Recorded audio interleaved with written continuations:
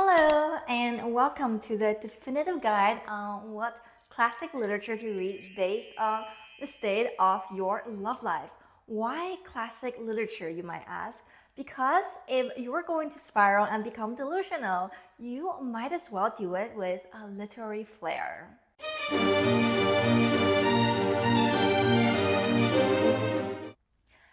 Your love life is non-existent. You don't like anyone. You barely leave your house, your dorm, your cave. And the only times you do, you're too busy getting that vitamin D. You have tasks to complete, places to be. Your soulmate is not going to be waiting for you at the next traffic light. And even if you see someone cute, let's be honest, you're not gonna approach a stranger and shoot your shot. What is this, a rom-com? If love is a house built by two and you're still waiting outside IKEA, you should read 100 Years of Solitude by Gabriel García Márquez, because it's truly been 100 years since your last human connection. This is a story that chronicles the rise and fall of a family through 7 generations. It is a portrait of loneliness on both an individual level and humanity as a whole. It's like a history book, but more fun, 10 times more fun, with a lot of magic and absurdities. And this book will come in handy the next time your mom starts bugging you about your singleness. You can just talk about this book and explain how it's better to be single than perpetuate the cycle of intergenerational trauma and give birth to children who might end up becoming dictators.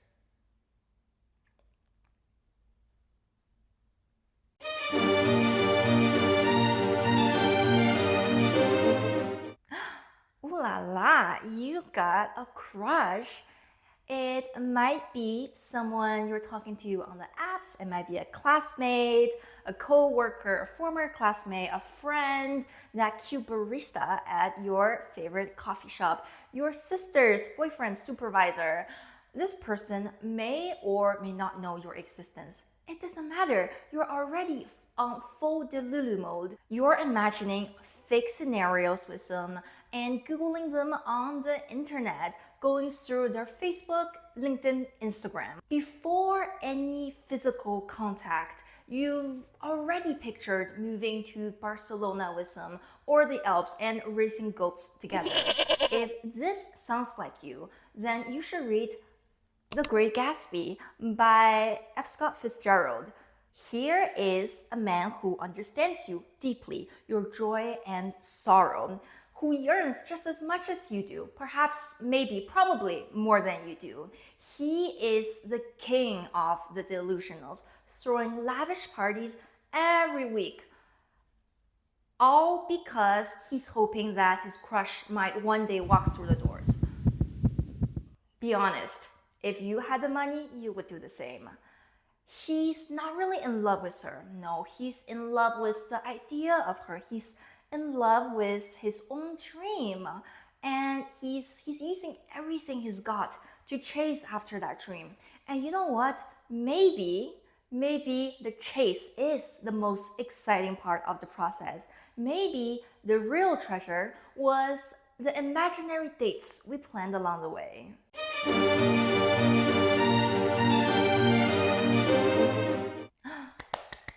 Congratulations! You've actually been on a few dates with this person. Things are going really well. You think you might actually like them and they might actually like you back. You're sending flirty texts back and forth, Instagram reels. You've engaged in deep conversations about life. You've bonded over a really niche interest like medieval cats. You've shared embarrassing childhood stories. You know how many siblings plus cousins they have. You shared ice cream together. You practically tasted their DNA. Now, because you are soaked in happiness, you don't want to read about miserable people and their miseries. No, you need a cozy little book full of sweet and charming and funny moments. And what could be better than Pride and Prejudice by Jane Austen? This book is the granddaddy to the enemies to lover trope. We got smart, independent, witty female lead and a brooding, mysterious, misunderstood love interest with the heart of gold. Mr. Darcy walked so that all your faves could run. In fact, I would go as far as saying that Darcy walked so well that no one has really run past him yet.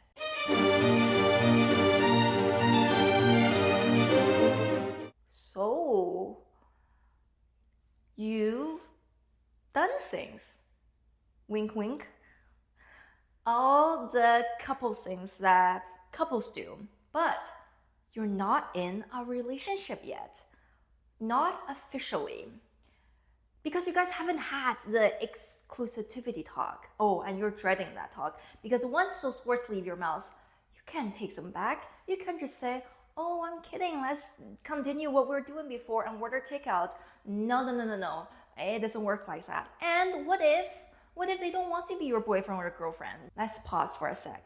If they don't want to be your babe, that's their loss. They're a dummy. But your fears and anxieties are completely valid. This is a volatile stage. You're paranoid. You're tormenting yourself. Your friends are starting to hate you a little bit because of how much you're spending in the group chat. You're obsessively going through Reddit to see if anyone else is in the same boat as you. You're deciphering their texts like they're the ancient runes holding the secrets to the universe. The book I'm going to recommend may seem like an odd choice at first, but trust me, it's going to make sense. Is 1984 by George Orwell. Ta-da! The world in 1984 is ruled by a totalitarian regime led by a figure called the Big Brother. This government controls every aspect of life, not just your actions, but also your thoughts and emotions.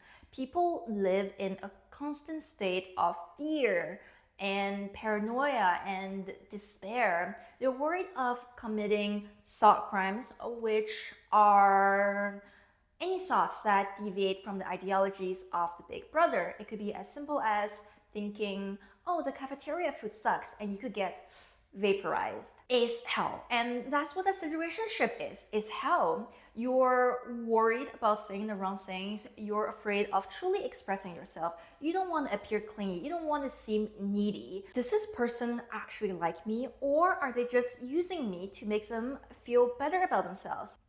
A thought crime. I want to be exclusive. A thought crime. Let's talk about what we are and where to go from here, where this is going. The ultimate thought crime.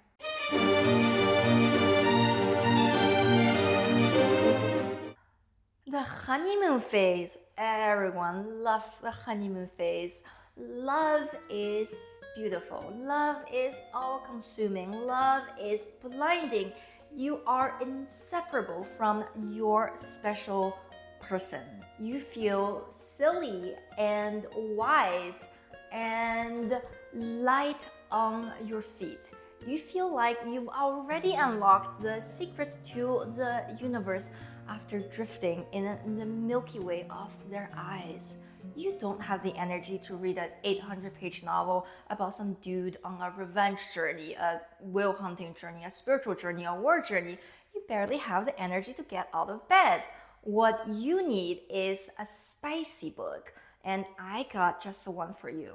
Lady Chatterley's Lover by D.H. Lawrence. Now, this book is a bit infamous, but in a good way. It was first privately published in 1928, and it was banned everywhere, including the US and the UK, because polite society back then were such pretentious prudes, and because it is a love story. Specifically, it is an affair between an upper-class woman and her working-class gamekeeper. And of course, the husbands, they didn't want their wives getting any funny ideas.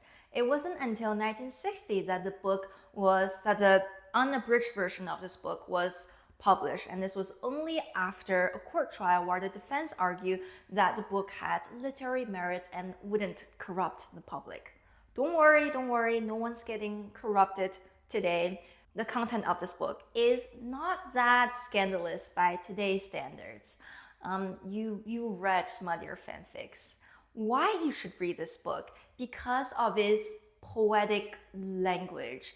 It really is a perfect blend of tenderness and wild human longing. The scenes, the descriptions, they're gorgeous and vivid and sexy. If I have to describe this novel in 3 words, it would be the perfect girl boss novel wrapped in velvet.